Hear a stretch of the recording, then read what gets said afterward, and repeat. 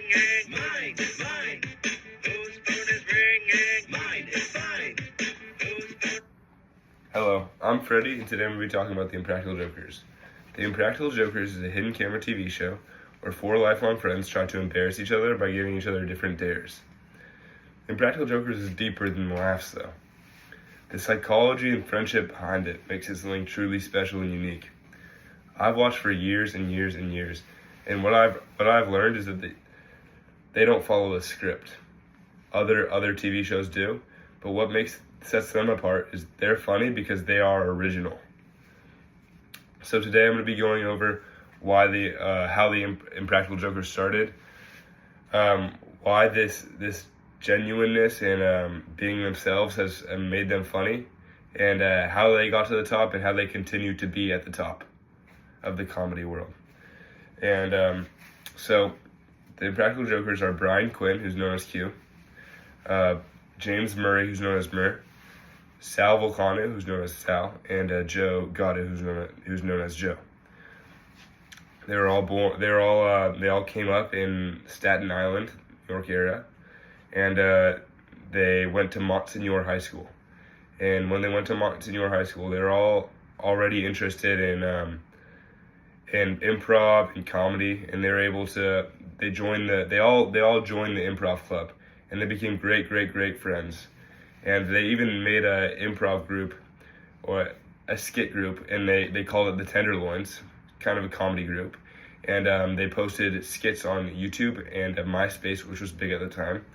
And they amassed quite a following, actually.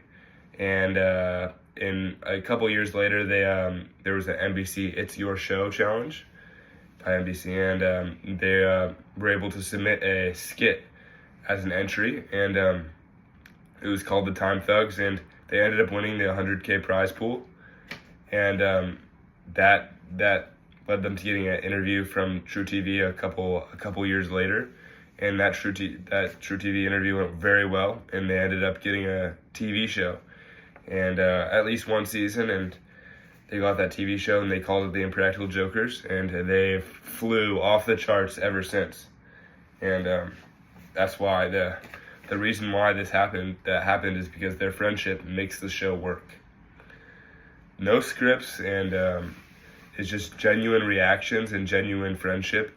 That originalness makes it so other people can connect with that. Laughing at themselves is something that other shows or other like TV shows with scripts can't usually do. It's something that's special. It's like, if you can point out your own weakness, it's family fun, and it's just laughs for the whole family. Reactions are contagious. The reactions for the Impractical Jokers are contagious. They always laugh at each other, and that makes it funny for everybody. The Impractical Jokers are just friends. Watching them is like friends watching friends. You feel like you're part of the group, and that's what makes it a little bit so special. And personal punishments is another big one. The Impractical Jokers have personal punishments. So when someone loses too many dares, they'll have a punishment.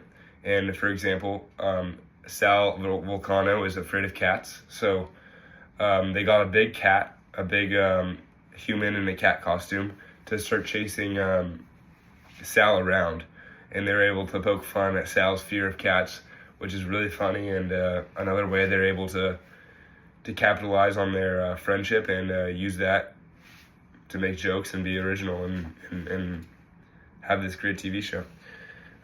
This genuineness and authenticity mixed with comedy was a mixture that no one really expected, but it ended up being a bestseller on the market because no one else had attempted that.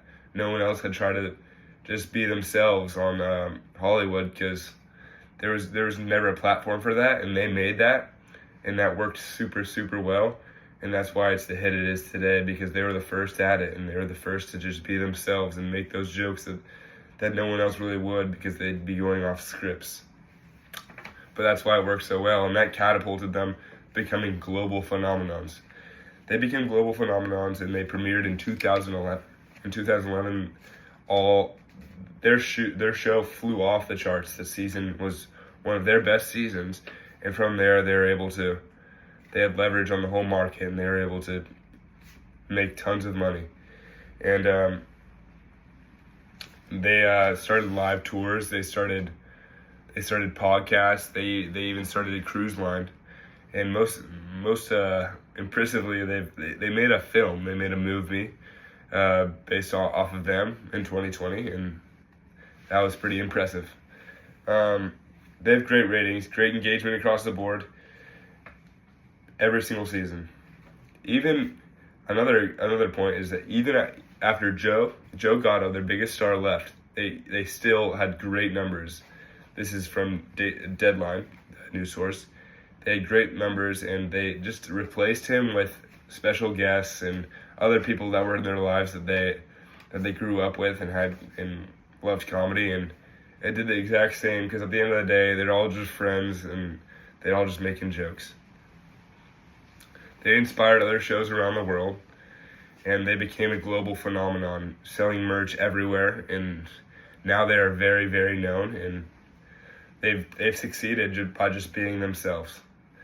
And that's the message I'm trying to send here that's the message they're trying to send, is that just being themselves can be key sometimes. We've talked about how they started, how the friendship drives their brand, and how they continue to have success, all due to them just being themselves. They're just four lifelong friends from Staten Island who are able to make they improv in their garage, and they're able to just make jokes, and now they're making it on the big screens, and they're making money, and it's all because they're just being themselves, which is pretty beautiful and pretty awesome to watch. So I suggest that you guys watch them in the future, because they're very amazing and they're very funny, and I enjoy them a lot. Thank you.